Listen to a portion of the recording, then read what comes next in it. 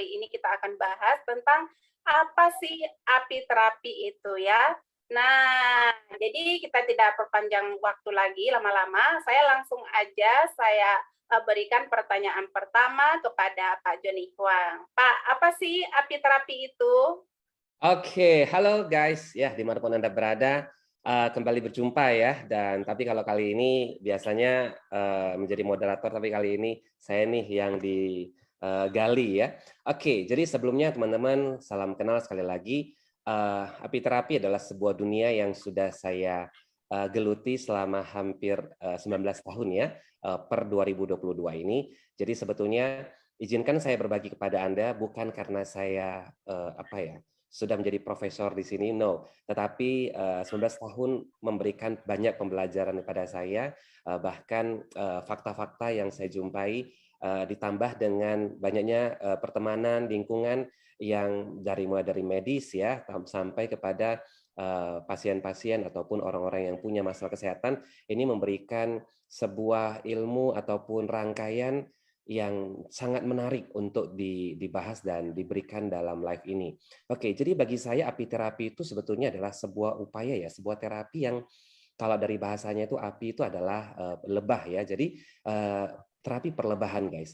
Yang sebetulnya terapi perlebahan ini tuh tidak ada bedanya dengan terapi-terapi lain, sebuah upaya menuju sehat, upaya untuk mendapatkan kesehatan dari cara lain, cara yang berbeda gitu teman-teman ya. Jadi sekali lagi seperti itu apiterapi. Atau mungkin seperti kalau teman-teman pernah mendengar terapi akupunktur lah dan sebagainya, itu adalah salah satu upaya juga ya. Tapi dalam hal ini kita membahas seputar di perlebahan itu sendiri. Itu kira-kira Kak Sohur. Oke Pak, wah luar biasa ya, udah belasan tahun ya mengenal apiterapi ini ya. Nah, kalau kita lihat dari sisi medis, apa nih Dokter Yulia? Apiterapi itu seperti apa? Ya, jadi selamat pagi ya sebelumnya teman-teman sahabat Bos Lebah ya. Kalau Pak Joni sudah 19 tahun ada di apiterapi, nah saya nih baru 2 tahun. 2 tahun muncul. Sebelumnya saya sudah menggunakan apiterapi itu sebenarnya dari tahun 2015 ya. Jadi sudah jalan 7 tahun dan saya lama ya, Dok. Ya, saya menggunakannya untuk keluarga saya. Apiterapi sendiri dari dunia medis itu sebenarnya benar sekali ya, itu adalah sebuah terapi perlebahan menggunakan produk perlebahan dan merupakan salah satu dari ajuvan terapi ya. Ajuvan terapi maksudnya apa nih? Ajuvan terapi itu adalah terapi tambahan yang mendukung dari terapi utama ya teman-teman ya. Jadi misalnya kita menggunakan misalnya kita sakit mah nih, sakit mah kita menggunakan obat-obatan untuk sakit mah itu sendiri, ya kan? Apa tujuan dari menggunakan obat tadi? Karena mengurangi gejala yang terjadi pada sakit mah seperti mual, nyeri ulu hati dan sebagainya. Nah, di mana peran apiterapi itu sendiri? Apiterapi sendiri itu berperan dalam proses membantu regenerasi dari lambung itu sendiri. Jadi pada fase akut, pada fase awal terjadi serangan, kita menggunakan obat-obatan medis untuk menghilangkan dari gejala itu. Dan kita gunakan apiterapi adalah untuk meregenerasi dari lambung itu sendiri, agar setelah hilang gejalanya, lambung tadi berangsur-angsur kembali membaik ya, dan mendekati fungsinya sebagai lambung yang sehat. Nah, seperti itulah kira-kira apiterapi di sini, Kak Sohur. Oke, jadi kalau sedikit oh boleh? ya, oke silakan Pak. Nah, jadi selama ini kan orang-orang mengenal terapi perlebahan itu, kalau istilahnya dunia lebah itu hanya mengenal madu. Tapi ternyata selain madu ada banyak sekali sumber daya lebah itu yang belum dikenal orang, bahkan belum banyak dipahami gitu. Mulai dari susu lebah, getah lebah, sama nektar lebah. Nah, nektar lebah itu sendiri merupakan makanan dengan nutrisi yang tertinggi nomor 2 di dunia nutrisinya setelah ASI. Jadi kalau kita melihat ketika orang itu nutrisinya terlengkapi atau bahkan lebih baik dari yang sebelumnya dari biasanya, maka mudah-mudahan dia bisa punya nutrisi dia bisa punya stamina, dia bisa mendapatkan mikronutrien yang optimal, maka metabolismenya akan bagus. Kemudian ada yang namanya getah lebah. Ini berperan sebagai boleh dibilang itu untuk membantu memperlancar pembersihan toksik yang ada. Kemudian ada susu lebah itu dia untuk regenerasi sel karena digunakan oleh lebah ratu ya, calon lebah ratu sehingga dia bisa hidup sampai 5 tahun, sementara lebah pekerja maksimal 8 minggu. Gara-gara lebah ratu menggunakan susu lebah ini gitu loh, sejak dia lahir, sejak dia menetas sampai dia itu menjadi lebah ratu, sementara lebah yang lainnya itu hanya minum selama 3 hari gitu.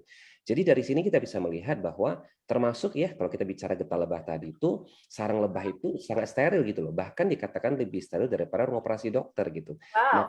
Makanya terlihat bahwa lebah itu sendiri ketika dia mengambil sari bunga dia tidak pernah mengambil dari sari yang sari yang nggak segar gitu. Dia pasti akan menghinggap ke bunga yang sehat istilahnya ya, masih segar gitu. Makanya memang terapi perlebahan ini tuh kalau madu saja itu sudah memberikan dampak kesehatan yang cukup terkenal, apalagi hasil-hasil dari selain madu itu sendiri gitu loh. Gitu sih kira-kira. Iya, jadi lebih komplit Benar ya Pak ya. sekali Pak Joni. Jadi gini Dok, jadi saya dengar tadi dari paparannya bahwasanya apiterapi ini bisa untuk regenerasi sel dan tadi bisa juga mendetoks racun-racun dalam tubuh. Nah, seperti itu. Nah, kalau orang yang sehat sering sekali bertanya, Dok, jadi kalau saya yang sehat buat apa? Saya kan nggak ada perlu diregenerasi dan sebagainya. Mereka merasa dalam kondisi baik-baik saja. Itu gimana, Dok? Untuk orang yang sehat. Apakah ini boleh dikonsumsi juga? Nah, sebenarnya ini bagus sekali ya pertanyaan dari Kak Sohur sendiri. Justru itu orang-orang yang sehat yang butuh dari apiterapi ini. Karena sebenarnya goals atau tujuan dari menyembuhkan penyakit itu adalah mendekatkan kondisi tubuh kita kepada kondisi yang sehat. Nah, orang yang sehat itu justru lebih membutuhkan untuk mempertahankan kondisi kesehatannya loh teman-teman ya sahabat bos lebah. Nah, bagaimana kita bisa menjamin 1 bulan lagi, 2 bulan lagi, atau berbulan-bulan kemudian kita bisa terus sehat seperti itu. Sementara fungsi organ tubuh menurun ya dok ya? Benar sekali, fungsi organ tubuh menurun bahkan di usia 25 tahun itu antioksidan yang kita bawa dari lahir itu akan berangsur-angsur hilang di tubuh kita. Maka kita membutuhkan antioksidan dari luar loh, teman-teman. Ya, kalau kita tidak membekali diri dengan antioksidan dari luar, maka akan terjadi banyak sekali proses oksidasi di tubuh kita. Baik itu dari polusi, baik itu dari makanan-makanan yang mengandung zat adiktif, baik itu dari kebiasaan hidup yang kurang sehat, dan itu akan menjatuhkan, akan memperburuk kondisi kesehatan kita. Seperti itu Pak Joni dan Kak Sohur. Nah, saya tambahkan ya Kak Sohur. Jadi kalau kita bicara sehat, banyak orang yang terjebak antara kelihatan sehat dengan benar-benar sehat. Jadi saya rasa kita belajar banyak dari banyak artis-artis muda ya, yang ya saya nggak sebutkan namanya, yang mengalami penyakit-penyakit yang bukan dibilang ringan ya, padahal usianya masih muda bahkan hingga meregang nyawa gitu loh. Nah jadi banyak sekali Kak Sohur orang yang terjebak dia bilang sehat, padahal posisinya itu kelihatan sehat gitu. Nah kalau kita lihat sebetulnya ya kita contoh aja deh di rumah. Kalau rumah kita tuh ada tumpukan sampah yang membuat aromanya jadi bau gitu ya.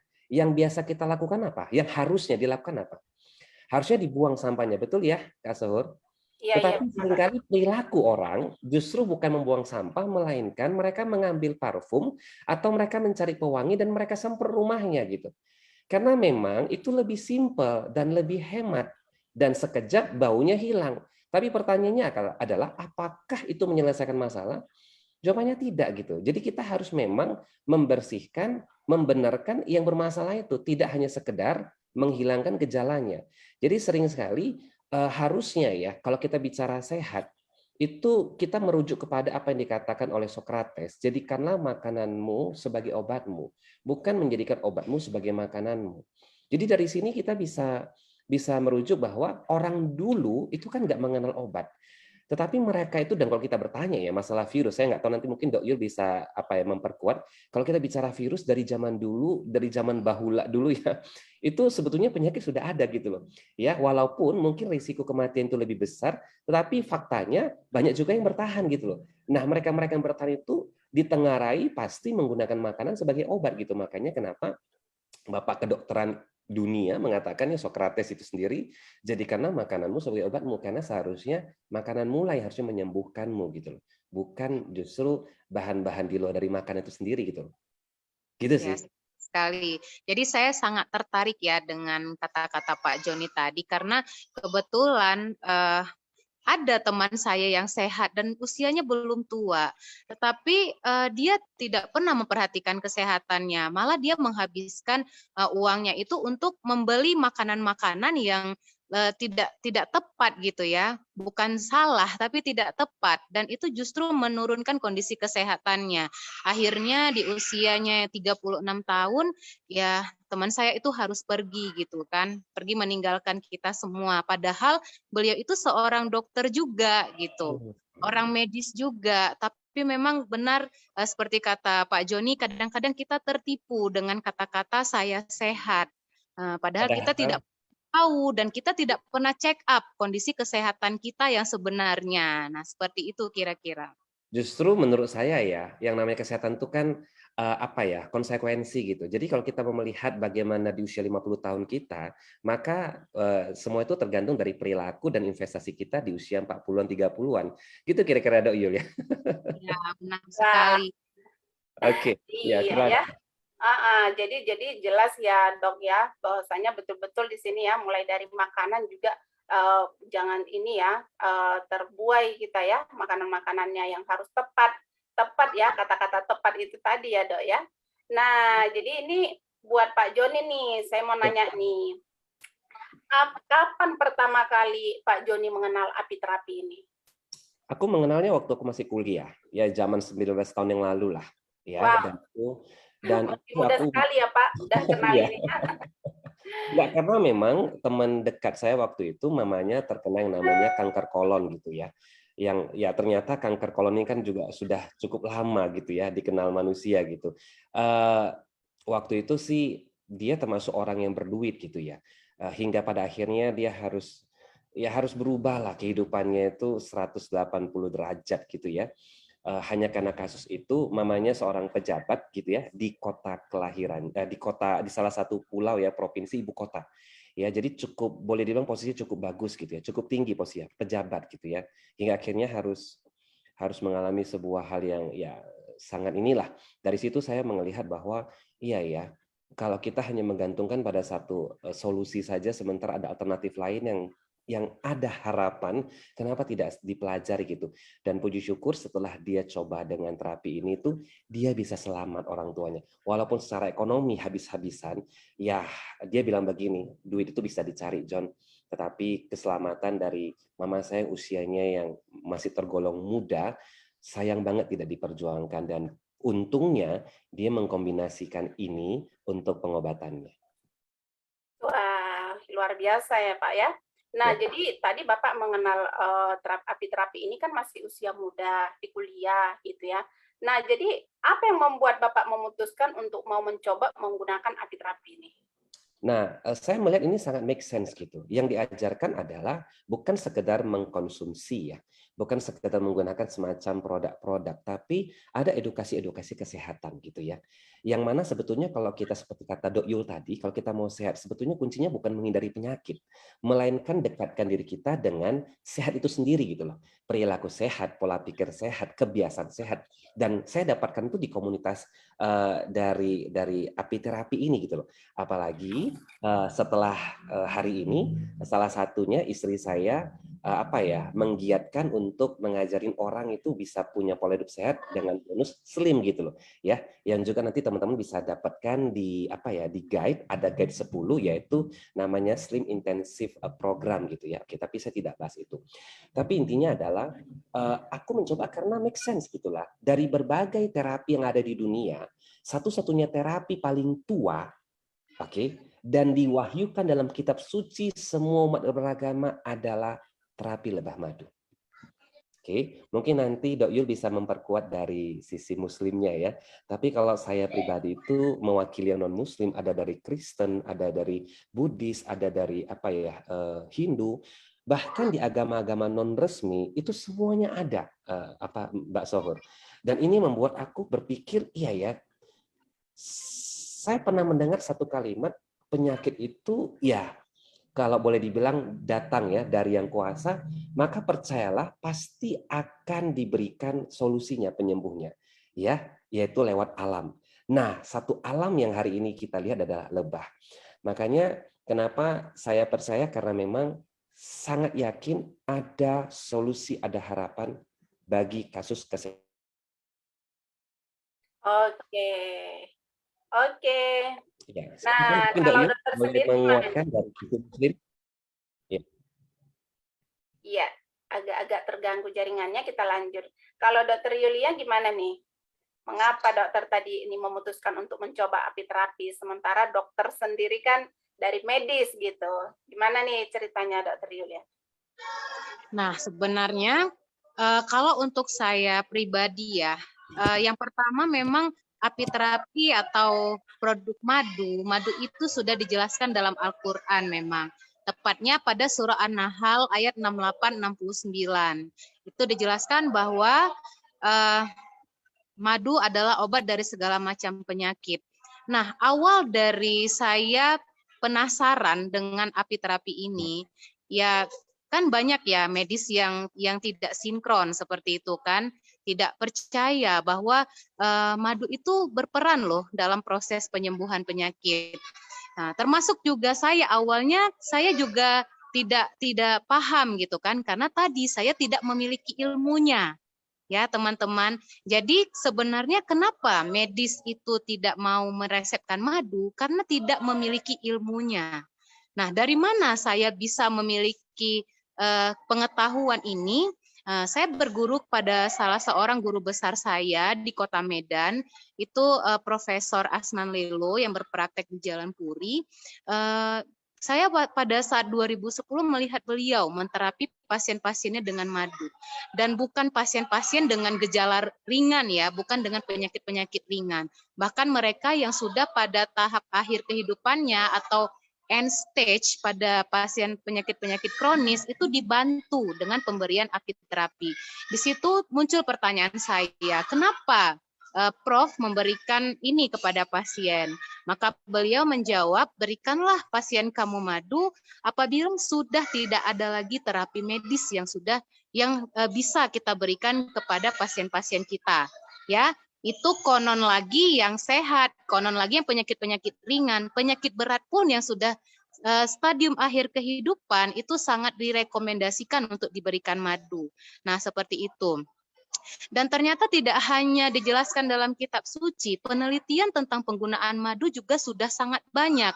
Mungkin teman-teman yang suka baca Google Scholar atau penelitian-penelitian itu bisa membuktikannya bahwa madu juga berperan pada proses infertilitas ya, mereka-mereka yang sulit memiliki keturunan.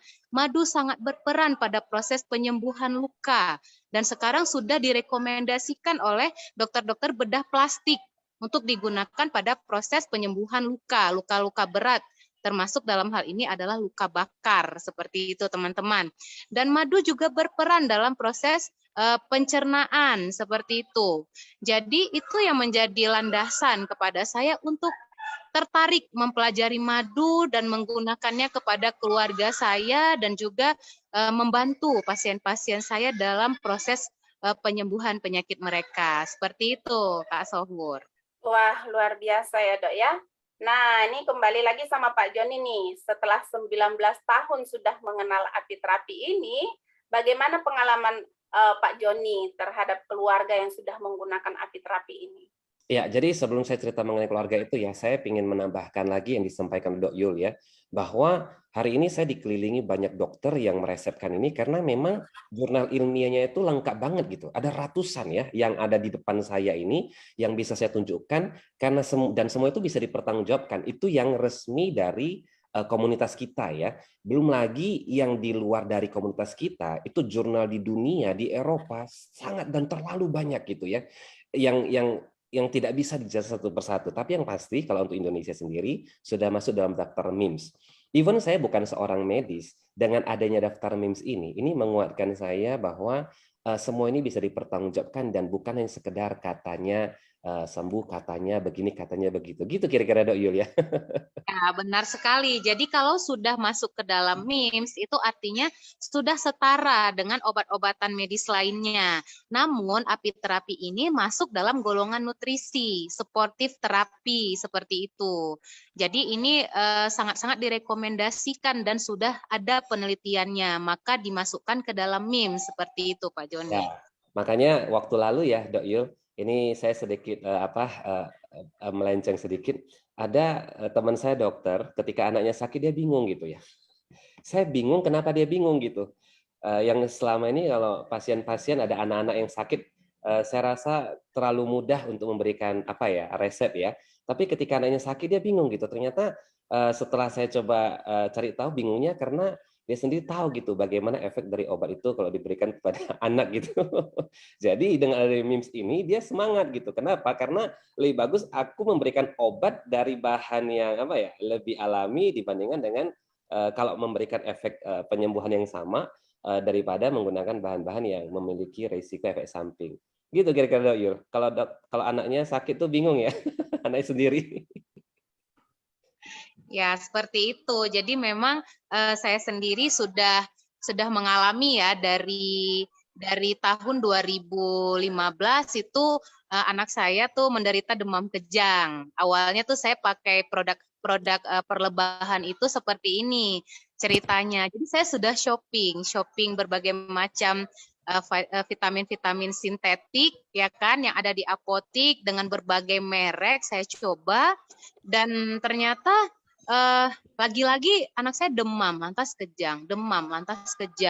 Dan di situ kan muncul kekhawatiran dalam diri saya gitu kan, karena saya tahu bahaya kejang pada anak itu bisa memutuskan ribuan dari saraf-sarafnya. Bagaimana dengan jaminan dari perkembangan sarafnya di kemudian hari? Seperti itu yang saya pikirkan. Akhirnya saya ingat lagi dari yang saya pelajarin di Prof tadi pada saat saya awal-awal magang praktek, bahwa madu itu memiliki efek regenerasi pada sistem saraf. Akhirnya saya memutuskan untuk mencobanya dengan bekal ilmu yang minim ya tentang apiterapi ya, karena memang kami hanya dibekali ilmu medis, tidak dibekali ilmu apiterapi ya, seperti itu. Jadi mungkin teman-teman di luar sana jangan heran kalau ada dokter-dokter yang tidak mensupport dari apiterapi ini. Karena memang seperti itulah kami tidak ada pelajaran khusus mengenai apiterapi. Dan ternyata setelah menggunakan apiterapi, anak saya tidak hanya tidak kejang lagi, tetapi untuk demam saja alhamdulillah sudah jarang. Nah, dan itu akhirnya menjadi solusi yang sangat indah menurut saya gitu, teman-teman. Jadi begitu juga masuk ke kasus kedua itu anak kedua saya, itu ada riwayat alergi karena memang kami terlahir dari keluarga yang banyak alerginya. Anak saya kalau sudah batuk-batuk itu akan muncul mengi atau wheezing ya, asma, gejalanya ke arah asma. Tapi pada anak itu sulit menegakkan asma, cuman gejalanya sudah ke arah sana. Alhamdulillah selama menggunakan apiterapi, anak saya sudah tidak pernah lagi dirawat di rumah sakit. Seperti itu Pak Joni. Nah, karena keren ya. Ya, setiap batuk saya berikan apiterapi, maka gejala batuknya tidak berlama-lama sehingga tidak mencetuskan terjadinya wheezing dan gejala asma tadi. Seperti itu juga pada anak ketiga saya, itu mengalami eksim ya, eksim pada kakinya. Itu kulitnya itu bernanah, berair gitu kan, hilang timbul. Saya konsul ke dokter kulit karena saya juga udah bingung ya mau ngobatin apa kepada anak saya ini. Diberikanlah resep racikan. Ternyata tidak juga menyelesaikan masalah. Dan dokternya memvonis ini akan hilang pada usia 14 tahun. Akhirnya selagi-lagi saya bantu dengan apiterapi dan lukanya alhamdulillah kering gitu, teman-teman. Nah, jadi di situ saya berkesimpulan, why not? Kenapa saya harus menyimpan ini sendiri gitu kan?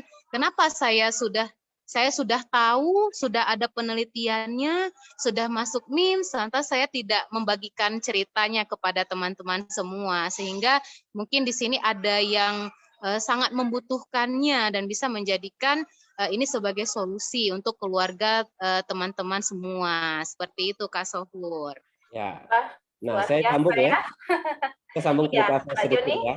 Nah, jadi Ya. kalau dari saya pribadi itu jauh sebelum keluarga saya merasakan manfaatnya, saya sudah melihat langsung ya banyak kasus-kasus yang di depan mata saya itu luar biasa terbantu, mulai dari diabetes, hipertensi sampai stroke ya. Tapi memang ketika anak saya ya keluarga saya yang diizinkan merasakan pengalaman itu, ini benar-benar menguatkan saya dan ini menjadi sebuah peneguhan buat teman-teman yang hari ini mungkin sedang bertanya-tanya gitu. Anak saya lahir kelainan jantung, ada 5 kelainan ya, ada aliran darah terbalik ya, termasuk ada katupnya nggak berfungsi, ada saluran yang tidak ada kebocoran. Saya lupa persis nama jenis kelainannya, tapi yang pasti dia sudah divonis sama dokter jantung di Medan ini itu sudah sulit, lebih mudah membuat yang baru daripada memperjuangkan yang ini. Tapi memang istri saya waktu itu mengatakan kalau papa mau give up boleh, tapi mama tidak mungkin melihat dia mati pelan-pelan. Oke, karena dia waktu itu di NICU. Jadi di NICU itu nggak ada penanganan diberikan apa-apa, satu-satunya solusi adalah operasi. Jadi dia itu usia 5 hari, akhirnya singkat cerita dia bisa kami bawa evakuasi ke luar negeri untuk dioperasi umur 5 hari. Dan itu kondisinya cukup berat ya, kasus 5 hari dioperasi masih sangat baby. Nah setelah selesai operasi, kondisi dia juga lemah, dan waktu itulah setelah kami balik kembali ke kota asal kami, disitulah saya mulai kenalkan madu ini. Baru madu dulu, karena saya berpikir sederhana. Dokternya berpesan, imunitas anak inilah yang akan menolong dia. Dari situ saya langsung saya berhikmat karena saya tidak pernah ketemu kasus ini dari pengalaman saya sebelumnya gitu. Dan inilah kasus pertama yang saya tangani langsung. Dan saya kenalkan sedikit-sedikit pelan-pelan di usia 1 bulan, 2 bulan gitu ya. Hingga kemudian usia 6 bulan saya mulai kenalkan Propoelix ya. Jadi getah lebah. Disitulah karena waktu itu sudah ada yang serbuk. Sebelumnya bentuknya itu ada yang cair. Dan di situ saya melihat bahwa ini ada kandungan propilen glikol yang belum tentu bisa diterima anak saya.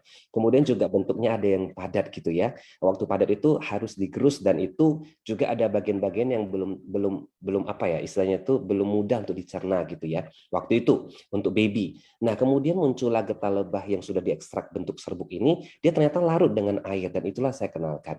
Singkat cerita Mbak Suhur, dia itu punya imunitas yang bagus. Bahkan beberapa yang lalu kami waktu kontrol ya setelah pandemi ini, dokternya bilang ini kok tembem ya, kok gendut gitu ya. Karena dulu sebelum kami kenalkan apiterapi ini, dia tuh kondisinya itu boleh dibilang seperti anak Somalia, kaki kecil, perut besar begitu ya. Dan kami bersyukur waktu COVID kemarin justru hanya dialah yang terkena COVID tanpa ada gejala. Ya, mamanya demam, adiknya juga demam, saya pun sedikit agak batuk ya, tapi dia bersih tidak ada gejala, tapi memang positif COVID. Ya, di sini kan terlihat imunitasnya. Belum lagi yang kedua, istri saya setelah melahirkan anak kedua kena stroke pecah nular di otak. Yang kondisi dia itu benar-benar waktu itu sampai kita di ICU dan singkat cerita saya berhikmat, saya memiliki keyakinan saya berikan mulai dari royal jelly, Propoelix sampai clover honey, 3 macam ini di blend jadi satu dan diberikan ketika dia menjerit-jerit ya, ketika dia sadar menjerit-jerit karena kesakitan, saya langsung berikan dengan dosis yang boleh dibilang itu bukan dosis normal lagi dan lagi-lagi puji syukur dan waktu 8 hari pendarahnya bisa bersih dan dia tidak mengalami cacat bawaan, tidak fisioterapi dan yang paling penting tidak jadi operasi. Dan ini yang membuat saya kenapa saya ingin membagikan ini karena memang sungguh luar biasa efek dari regenerasi, efek dari pemulihan dari apiterapi ini gitu loh. Obat yang diberikan adalah obat-obat emergensi ya, obat untuk hipertensi seperti anak saya waktu yang kelainan jantung ada diberikan morfin ya untuk pereda nyeri, untuk obat-obatan lah ya untuk penanganan terhadap jantungnya gitu. Tapi untuk pemulihan, regenerasi bagian-bagian yang luka, apalagi Anda kalau melihat luka dari bekas operasi anak saya itu bagus banget gitu. Bagus banget. Sementara istri saya pernah operasi usus buntu itu masih ada bahkan lebih jelek hasilnya daripada dia yang operasi bedah rangka jantung gitu ya. Masih lebih bagus hasilnya gitu. Karena ya itulah kami bantu dengan apiterapi ini. Gitu kira-kira Kak Soho. Iya, saya juga udah beberapa kali saksikan ya bekas operasinya itu ya. Dan istri Bapak ya, saya sudah lihat sendiri tuh perdarahan di keajaiban ya Pak ya. Nah seperti itu. Jadi saya sendiri juga sebenarnya sudah banyak ya pengalaman-pengalaman tentang untuk keluarga sendiri Dok Yul. Seperti anak saya juga awalnya saya juga kenal api terapi ini juga karena masalah dengan asma, TB kelenjar, suami saya epilepsi flora. Nah kalau udah terlihat suami saya sekarang Pak Joni sehat, nggak ada kekurangan apa-apa, itu pernah epilepsi flora Dok, minum obat paket itu sampai 6 bulan gitu ya, ditambah dengan alhamdulillah udah 7 tahun ini nggak pernah ada meninggalkan gejala-gejala sedikit pun. Jadi luar biasa memang api terapi ini. Iya. Nah, jadi ini Pak Joni lagi nih kembali nih. Jadi bagaimana respon Bapak terhadap tanggapan orang lain yang masih negatif tentang api terapi ini? Jadi kalau itu bagi aku sih biasa aja ya, karena memang kan semua tergantung pengetahuan gitu ya. Karena begini, sebetulnya yang perlu dinegatifkan itu bukan api terapinya, melainkan orang itu sendiri.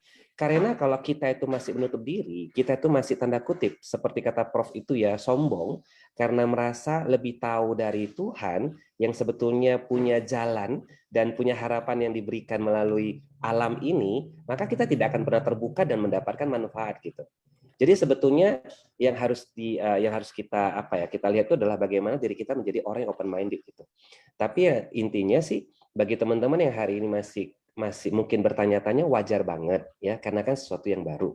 Apalagi setelah sudah ke medis habis puluhan ratusan juta belum ada penyembuhan yang berarti, masa sih dengan hanya ratusan ribu, dengan hanya jutaan ini bisa ada perkembangan, ada perbaikan? Ya, saya tahu awalnya sepertinya ini sesuatu yang nggak masuk akal, tapi silahkan pelajari, dan justru komunitas ini hadir dengan berbagai konten dan video live ini diberikan untuk mewadahi teman-teman mencari jawaban ya di situ. Dan bagi teman-teman yang ingin tertarik lebih jauh, ada juga B-training ya Dok Yul ya, yang sudah diikuti ya, dan itu dikupas selama berapa hari itu khusus tentang perlebahan yang lebih dalam lagi mengenai bagaimana serba-serbi seluk-beluknya lebah itu sendiri yang tidak kita jelaskan di sini. Jadi bagi orang yang masih negatif, bagi aku sih ya biasa aja gitu ya. Dia negatif bukan karena api terapinya, tapi karena dia belum tahu, dia belum mengenal, dia belum memahami itu. Jadi bagi saya ya udah keep on going aja gitu. Nah, oke. Jadi kalau untuk Dokter Yulia sendiri nih, gimana nih pengalaman apa yang paling berkesan dalam pengamalan api terapi ini kepada pasien, Dok? Cerita dulu dokter, testimoni atau pengalaman dokter selama ini. Suaranya, Dok. Sorry.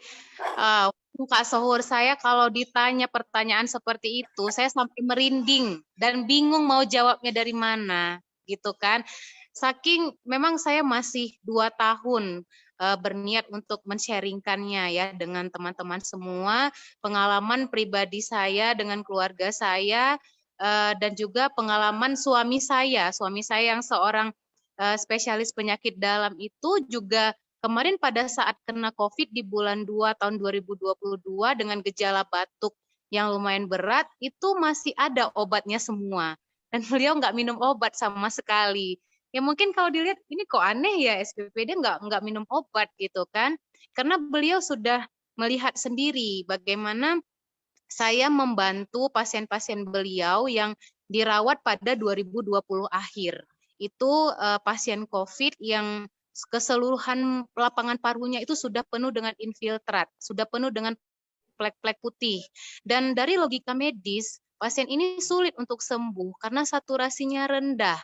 Dan untuk jalan saja dari tempat tidur ke kamar mandi itu sudah sesak gitu, sudah sesak napas. Bahkan pasien ini tetap merasa sesak setelah COVID-nya dinyatakan negatif, seperti itu. Dan akhirnya pasien ini pulang menjalani rawatan di rumah, kita berikan susu lebah. Kita berikan susu lebah dan juga yang 3 macam lagi ya. Nah, jadi di situ terjadi proses regenerasi dan akhirnya pada tahun 2020 akhir beliau sakit dan 2022 awal kemarin beliau jumpa saya untuk pertama kalinya. Beliau datang dengan membawa 2 plastik mangga sambil bawa motor dan berkata kepada saya, "Dok, ini saya Bapak X ya kan. Terima kasih ya dok sudah merawat saya kemarin dengan sepenuh hati. Ini saya bawakan untuk dokter ya 2 plastik mangga. Kalau enggak mungkin ya atas izin Allah ya saya bisa bekerja kembali." Ya aduh gimana ya, terenyuh gitu rasanya kan. Saya kok lihat ronsennya tuh awalnya kayak ini pasien nggak mungkin selamat gitu kan. Tapi ternyata Allah memberikan mukjizat gitu lewat api terapi ini. Karena setelah dia pulang ke rumah pun dia masih melanjutkan api terapi tanpa melanjutkan obat-obatan medis gitu. Itu membuat saya sangat ya Allah memang mungkin inilah ya yang dikatakan terapi dari Allah gitu ya Kak Sohur ya. Dan itu tidak hanya kasus COVID ya, saya pernah dapat juga kasus gagal ginjal tahap awal. Ya kan sudah ureumnya di atas 200, kreatininnya sudah di atas 2, dan sudah dianjurkan cuci darah gitu kan. Dan pada saat itu mau dilakukan pemasangan double lumen ya. Dan saya coba Kak, boleh diterapi ya adiknya usia 18 tahun yang mau cuci darah ini. Coba kita bantu dengan api terapi. Pada saat itu urinnya sudah berwarna seperti putih susu. Warnanya sudah keruh, ya kan? Dan alhamdulillah dalam 4 hari terapi, ureumnya yang tadi sudah di atas 200 itu secara graduate ya turun ke angka 140. Dan kreatininnya juga turun. Akhirnya pasiennya pulang tanpa cuci darah. Seperti itu. Dan saya meminta komitmen pada keluarganya untuk benar-benar memperhatikan gaya hidupnya, makanan yang masuk ke tubuhnya, dan terus melanjutkan api terapi sebagai makanannya sehari-hari seperti itu. Dan sampai sekarang alhamdulillah adiknya tidak cuci darah, teman-teman. Dan banyak sekali ya kasus-kasus lainnya termasuk ke diri saya sendiri seperti itu kan, karena tadinya saya juga seorang penderita batu ginjal dan juga seorang penderita wasir ya kan. Nah, alhamdulillah yang tadinya saya sudah indikasi operasi berangsur-angsur membaik gitu kondisinya. Dan sekarang sudah alhamdulillah dinyatakan bersih seperti itu. Mungkin kalau kita cerita seperti ini benar nggak sih? Benar nggak sih gitu kan? Tapi kalau teman-teman butuh data laboratorium dan sebagainya, saya punya gitu. Dan ini sebuah kenyataan gitu teman-teman. Maka Bahkan waktu lihat istri saya ya, hasil MRI-nya ya. Iya, bahkan waktu lihat hasil MRI dan scanning istri Pak Joni dengan 4 titik perdarahan yang sangat luas, saya sampai nggak percaya gitu kan, apa benar ini tidak open craniotomy, ini tidak dibuka batok kepala gitu. Ternyata ini kenyataan dan ini adalah sebuah mukjizat yang kadang saya pun sulit gitu kan untuk mempercayainya gitu teman-teman. Jadi bukan tidak menjadi sebuah alasan ya saya ambil andil di sini untuk men-sharingkannya kepada sahabat-sahabat Bos Lebah. Seperti itu Pak Joni. Ya, silakan Kak Suhur. Iya, jadi ya memang betul-betul kita merinding ya dok. Ya saya juga banyak pengalaman tentang api terapi ini yang membuat saya sampai sekarang tetap kekeh untuk dan kebayang Kak Suhur, kebayang 19 tahun saya di sini. 19 tahun, Dr. Yulia tadi sudah 7 tahun, jadi saya juga 2 tahun mendalami, tapi 7 tahun menggunakan ya. Mulai 7 tahun sebagai konsumen dan kurang dari 2 tahun ya 1,5 tahun saya men-sharingkan ini dengan menjumpai berbagai kasus. Dan saya juga punya kasus bayi itu usia 7 bulan, dia rencana operasi bibir sumbing. Itu sudah diberikan susu dari dokter spesialis anak, tapi berat badannya tidak naik-naik. Akhirnya tidak bisa dilakukan operasi reparasi bibir sumbing tadi, ya kan? Ibunya bingung gitu, karena kan untuk operasi bibir sumbing itu harus memenuhi beberapa syarat, termasuk HB-nya, termasuk berat badannya dan sebagainya. Ya, akhirnya kita lakukan pendampingan dengan api terapi tanpa meninggalkan obat-obatan medis gitu kan. Dan secara graduation lagi per 2 minggu berat badannya meningkat dengan signifikan. Dari 4,7 setelah 1 bulan naik ke 5,3 seperti itu. Jadi ini merupakan kepuasan yang sangat tidak ternilai bagi saya sebagai dokter karena saya bisa melihat wajah-wajah bahagia gitu dari orang-orang yang sudah terbantu dengan apiterapi ini. Seperti itu Kak Sohur dan Saya Pak juga Joni. punya pengalaman nih dok, jadi teringat nih dok. Jadi saya ini kan ada konsultasi sama saya, pasien yang kanker, yang dia itu mau kemoterapi tapi ditunda hanya karena HB-nya rendah dok. Jadi disuruh pulang dulu untuk 3 hari perbaikan gizi katanya gitu seperti itu. Jadi saya referensikan apiterapi ini, khususnya polinergi ya dok ya. Saya referensikan itu dia datang kembali 4 hari kemudian itu HB-nya naik dok. Dokternya sampai bilang makan apa di rumah? Ditanya seperti itu ya kan. Jadi dia bilang, dibawa-bawa ini, ditunjukin. Dok, saya boleh minum ini, saya minum ini, katanya sama dokter spesialis obgyn ya kan, yang ginekologi dokter obgyn yang ahli kanker, dok. Hah? Apa ini? Katanya. Dia lihat-lihat seperti itu dokternya. Dapat dari mana, Bu? Dari Bu Sohur gitu. Jadi ditanya juga sama saya gitu ya. Bu Sohur yang mana? Yang sini gitu. Jadi dokternya itu bilang, oh ini bagus ini, minum Bu, minum luar biasa ya. Nah seperti itu. Jadi akhirnya dijadwalkan 2 hari kemudian baru kemo. Jadi perbaikan KU-nya, HB-nya disuruh pulang dulu untuk makan-makan yang enak-enak, yang menambah darah, ya dengan menggunakan apiterapi ini. Jadi saya juga sangat merinding kalau dokter ingat tadi ureum kreatinin. Nah seperti itu ya dok ya. Nah, oke. Ya, benar sekali nih Kak Sohur. Saya juga punya kasus ya talasemia. Itu talasemia dengan HB rendah, ibu hamil dengan HB rendah, bahkan kasus demam berdarah denggi yang sudah shock ya, dengan trombosit tinggal 5.000 dan sudah masuk ke PICU. Lagi-lagi pasien anak.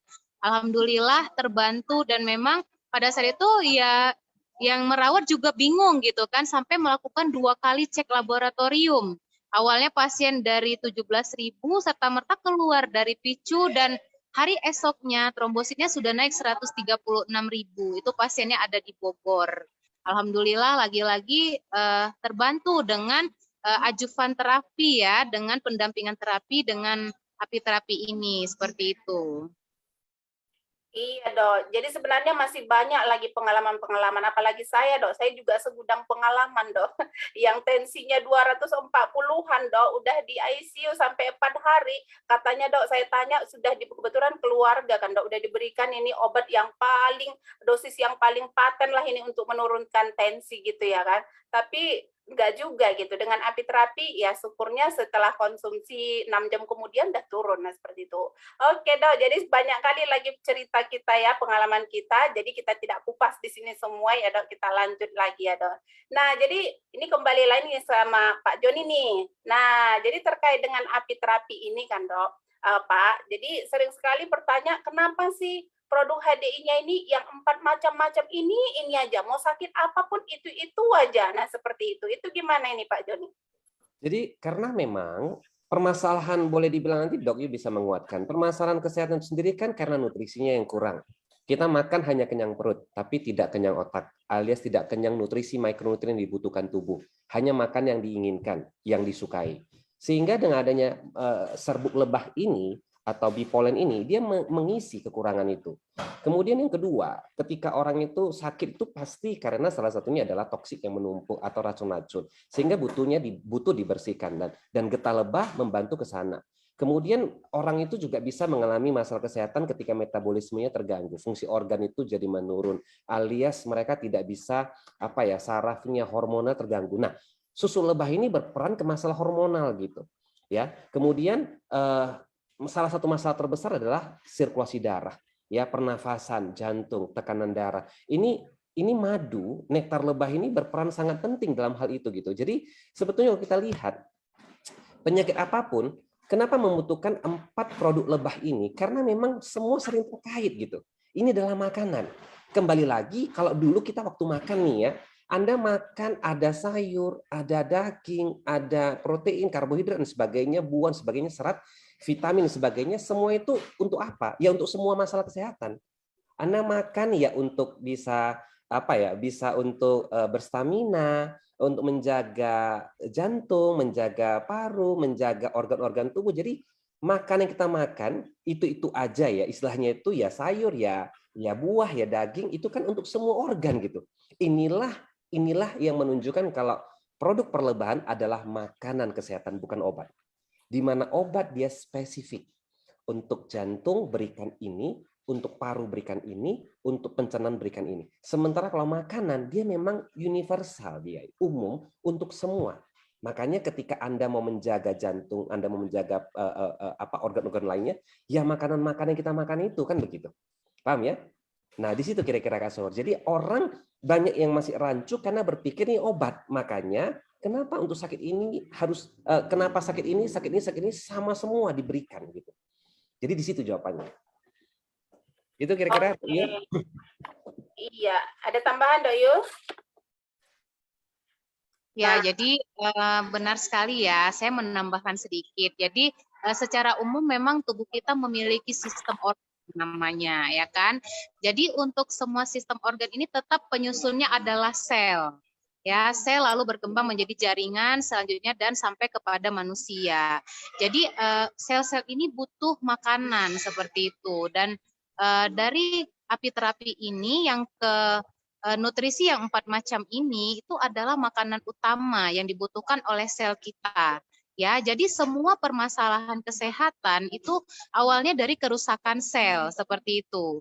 Jadi tentu sel lah yang harus kita rawat dan kita berikan nutrisi yang memang sudah mencakup dari keempat macam komponen utama dari apiterapi ini. Seperti itu tambahannya Kak Sohur.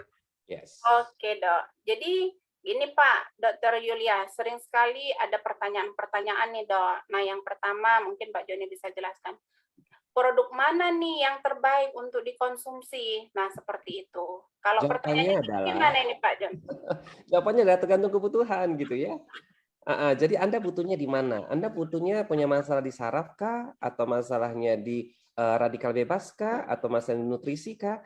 Jadi semua itu tergantung dan mereka saling melengkapi. Hanya saja kalau secara budget Anda mampu, maka jawabannya adalah keempat-empatnya. Kalau ditanya mana yang paling bagus, tidak ada. Semuanya ini punya keunggulan masing-masing. Sama seperti mana yang lebih bagus, piring atau gelas.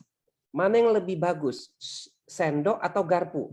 Anda kalau mau makan sop, Anda pakai garpu pasti nggak bisa. Ataupun makan mie ya kan. Nah, sebaliknya kalau makan mie, Anda kalau pakai sendok pasti setengah mati gitu kan. Nah jadi sama di sini. Jadi kalau budgetnya terbatas, maka lihatlah mana kebutuhan yang paling urgent.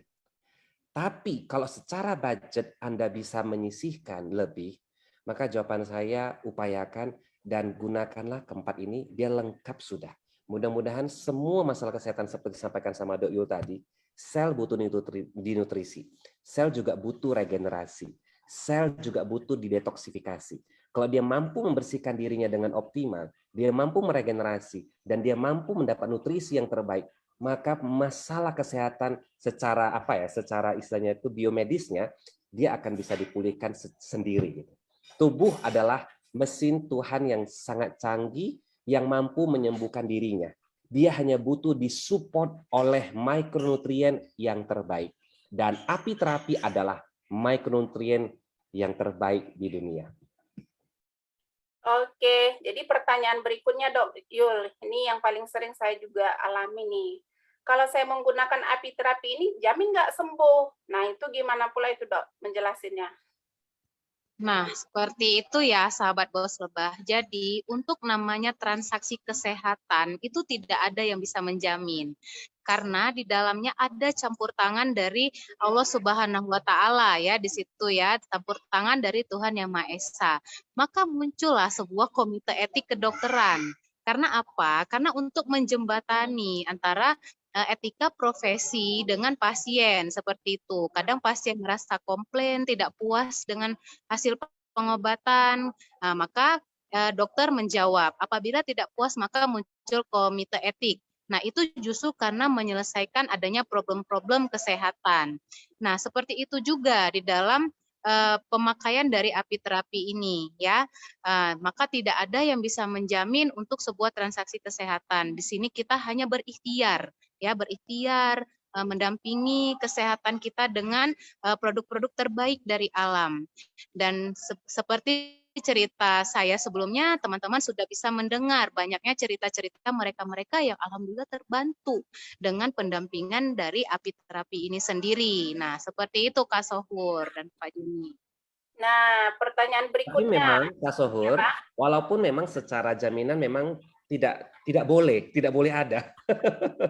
Ya, tidak boleh ada yang bisa menjamin itu ya, karena Iya, kesembuhan itu milik dari Allah Subhanahu wa hak Ta'ala. prerogatif Tuhan Yang Maha Kuasa, betul sekali. Nah, tugas Tapi kita sebagai manusia hanya berikhtiar. betul. Tapi memang mudah-mudahan dari pengalaman saya, semua yang menggunakan apiterapi pasti ada perkembangan. Pasti ada perkembangan. Hanya memang perkembangan yang sering dirasakan itu yang tidak terasa. Nah, ini lucunya Kak Sohur. Banyak orang yang melihat perkembangan melalui perasaan. Bukan mengeceknya secara ilmiah gitu loh. Kalau kita bicara perasaan sama lah kayak makan apel yang kita tahu bagus untuk mata misalnya ya kan. Anda bisa ngerasa gitu vitamin dari apel itu untuk mata terus tiba-tiba mata jadi lebih segar gitu nggak bisa. Betul nggak? Nah, makanya ketika mereka menggunakan feeling ya, aku kok masih sakit ya, aku masih nggak enak ya, aku masih begini ya. Sulit kita kalau pakai perasaan. Perasaannya bisa dipakai untuk suami istri aja deh, untuk hubungan aja boleh. Tapi kalau untuk ilmiah, untuk seperti ini penyembuhan nggak bisa pakai perasaan. Dan ini saya ingin sharing juga pengalaman saya ya. Kasus saya itu adalah hiperkolesterolemia. Jadi saya kolesterolnya tinggi seperti itu. Apa mungkin dengan pemakaian apiterapi 1 bulan, lantas saya cek kolesterol udah bagus gitu kolesterol saya? Ya enggak kan pasti kan. Karena kolesterol ini penyakit kronis akibat ulah kita sendiri yang sudah kita tumpuk-tumpuk selama beberapa tahun di belakang seperti itu teman-teman. Jadi kalau teman-teman ingin untuk melakukan check up, maka lakukanlah check up bulanan ya, per 6 bulan minimal. Itu baru bisa dilihat bagaimana perkembangan dari pemakaian apiterapi yang teman-teman konsumsi secara rutin seperti itu. Oke, jadi pertanyaan berikutnya Pak, Dok, yang paling sering itu. Nah, jadi banyak yang nanya, kalau saya konsumsi apiterapi ini ada efek untuk kecanduan nggak nanti? Nah, seperti itu tuh gimana nih Pak John? Bisa Ya, buat candu nggak kalau konsumsi ini gitu? jadi lagi-lagi mindset kita harus tepat melihat bahwa ini bukan obat. Nah, jadi mindset ketika masih menganggap apiterapi sebagai obat inilah yang memunculkan pertanyaan-pertanyaan seperti itu. Jadi kalau kita sudah mengubah mindset menjadi makanan, mudah-mudahan terjawab. Sama seperti Anda makan nasi. Kira-kira Anda kecanduan nggak makan nasi? Bisa nggak saya katakan Anda kecanduan makan nasi? Ya kalau Anda menganggap itu sebagai bahasa candu, ya berarti kecanduan kan? Tapi sebetulnya bukan kecanduan, tapi kebutuhan gitu loh. Kebutuhan, ya. Tapi artinya di sini, kalaupun seandainya Anda tidak makan nasi, Anda ganti dengan kue tiaw, bihun, boleh nggak? Boleh gitu loh. Paham ya? Cuma ada beberapa orang yang tidak terbiasa. Tapi artinya kita tidak jadi kecarian ataupun tidak jadi merusak diri kalau kita tidak memakan nasi gitu loh maksudnya. Sama dengan ini. Jadi kalaupun misalnya putus istilahnya ya, putus tidak digunakan lagi, maka tidak akan kecanduan. Tapi yang pasti Anda yang menggunakan dengan yang tidak, sewaktu tidak menggunakan beda dong staminanya. Beda dong imunitinya, daya tahannya. Paham ya? Jadi kalau seandainya Anda jadi mungkin agak jadi sedikit lebih lemah, jadi sedikit kurang bertenaga, itu bukan artinya ketergantungan. Itu sebuah kewajaran. Sama kayak Anda itu kalau tidak makan nasi, Anda jadi lemes. Kira-kira bolehkah saya katakan nasi itu membuat jadi ketergantungan? Tidak. Jelas beda dong orang yang makan nasi sama yang sedang tidak makan nasi. Betul nggak? Jelas beda dong Anda yang sedang menggunakan apiterapi dengan yang tidak menggunakan apiterapi, sedang tidak menggunakan. Pasti akan lebih, ya secara fisik mungkin lebih kurang bertenaga, lebih lemah, begitulah. Gitu kira-kira. Mungkin Dok Yul ada mau tambahkan? Ya, jadi benar sekali ya. Itu sering juga ditanyakan kepada saya. Jadi kapan saya bisa berhenti makan ini? Maka saya menjawabnya seperti ini saja. Kapan teman-teman sudah bosan untuk hidup sehat dan tetap masih ingin makan junk food, makan makanan yang mengandung zat adiktif. Nah, itu boleh berhenti. Ya, jadi jawabannya pada saat kita sudah bosan dengan membentengi kita dengan makanan sehat. Nah, seperti itu Kak Sohur. Nah, kalau saya malah menambahkan gini, Dok. Anda boleh berhenti selama Anda sudah menjamin tidak akan makan junk food lagi tidak akan tidak akan dapat udara yang kotor. Kalau Anda bisa menjamin minuman Anda itu semuanya bagus, bersih. Nah, kalau Anda bisa menjamin masakan Anda itu well cooked ya, bukan memasak dengan cara yang nggak paham ya, merusak nutrisi, kandung nutrisinya. Ya, kalau Anda bisa masaknya dengan alat masak yang mahal, yang sehat ya, yang bebas dari bahan-bahan, tahu sendiri ya, alat masak sekarang kan. Nah, saya tidak yakin kalau banyak di antara kita di sini punya alat masak yang harganya sampai puluhan juta yang dipakai oleh chef-chef terkenal itu ya, dari bahan titanium yang bodi pesawat itu. Kalau Anda bisa memastikan semua ini Anda jalani, Anda tidak butuh. Tidak perlu lagi, bisa lepas. Tapi kalau selama kita masih bertetangga dan kita masih berperilaku seperti itu, berperilaku tidak sehat, maka ini menjadi sebuah hal yang harus dipakai terus gitu loh. Ya, sebuah ancaman untuk kondisi kesehatan kita ke depannya.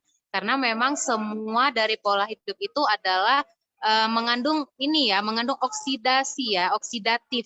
Terjadi proses oksidasi di tubuh kita gitu kan. Dan kita memang membutuhkan sesuatu untuk bisa membentengi itu, seperti itu.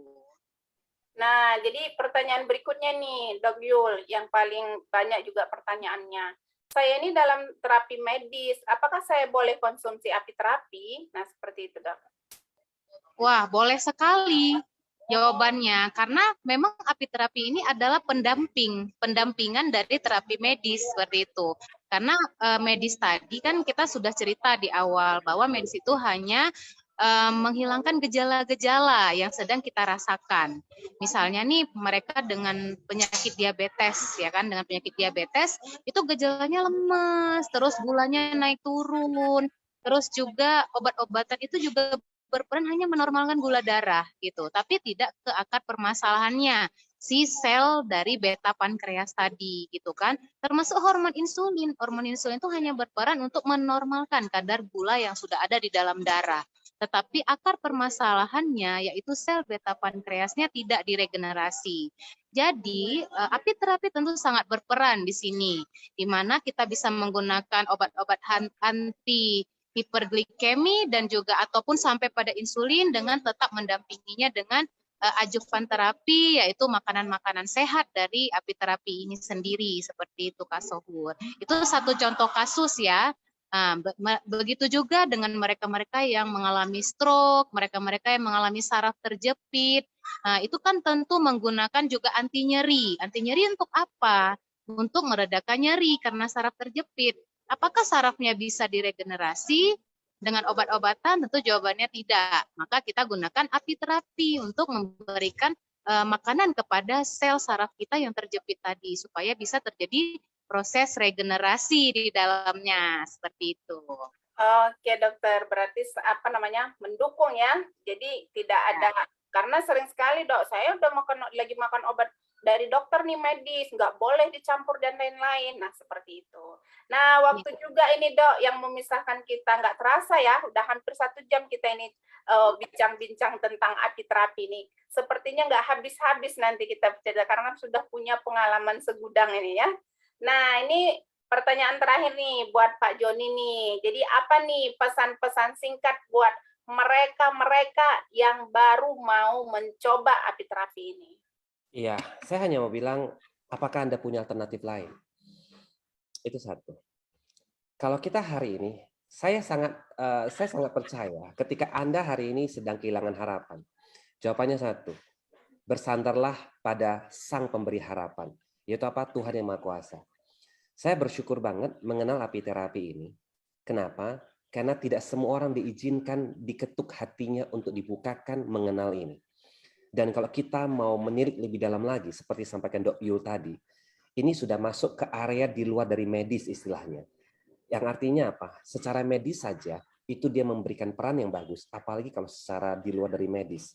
Ini membuat saya mengatakan bahwa kalau Anda percaya kepada Tuhan Yang Maha Kuasa sebagai pemberi kehidupan itu, maka semua yang tertulis dalam kitab suci menjadi sebuah amalan dan pegangan bagi kita.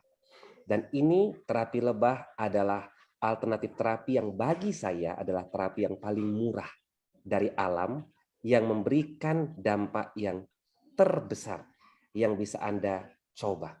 Justru ketika Anda tidak mencobanya, Anda akan kehilangan sebuah kesempatan yang bisa jadi ini menyelamatkan keluarga Anda. Itu aja sih. Nah, oke Pak, buat Dokter Yulia nih, apa nih pesan-pesan buat yang lagi sedang mencoba apiterapi nih? Kadang kan buat jadi gimana gitu, baru 1 minggu kok nggak ada reaksinya gimana gitu. Apa nih pesan-pesannya dari Dokter Yulia? Buat sahabat-sahabat bos lebah yang sedang menggunakan apiterapi, ingatlah bahwa ini adalah terapi yang dianjurkan ya dari Allah Subhanahu wa taala, dari Tuhan Yang Maha Esa sejak awal dari penciptaan alam. Dan ini merupakan terapi tertua yang kita gunakan. Maka sangat berbanggalah bagi kita yang terketuk hatinya untuk mencoba dari apiterapi ini sendiri. Dan apabila pada saat menjalani proses terapi ada apa ya, lambat respon dan sebagainya, saya sudah jelaskan di awal tadi bahwa penyakit yang sudah ada di tubuh kita itu adalah hasil dari yang sudah kita tumpuk-tumpuk sebelumnya. Maka untuk membongkarnya kembali tentu itu membutuhkan waktu ya. Bahkan bisa jadi pada saat proses membongkarnya teman-teman merasakan ya ada sesuatu yang terjadi di tubuh. Misalnya buat teman-teman yang punya gejala sakit mah, pada awal-awal terapi mungkin merasakan perih di lambungnya. Ya, bersyukurlah bahwa tubuh kita masih memiliki alarm untuk meresponnya. Ya, ibarat kita sedang terluka kulitnya, ya kita berikan obat tentu akan terasa perih seperti itu. Seperti itu juga yang terjadi di dalam tubuh kita, ya untuk memberikan respon terhadap makanan sehat yang masuk tadi, ya seperti itu teman-teman. Selanjutnya saya serahkan kepada Kak Sohur dan selamat mencoba untuk apiterapi ini sendiri. Oke, jadi ini sudah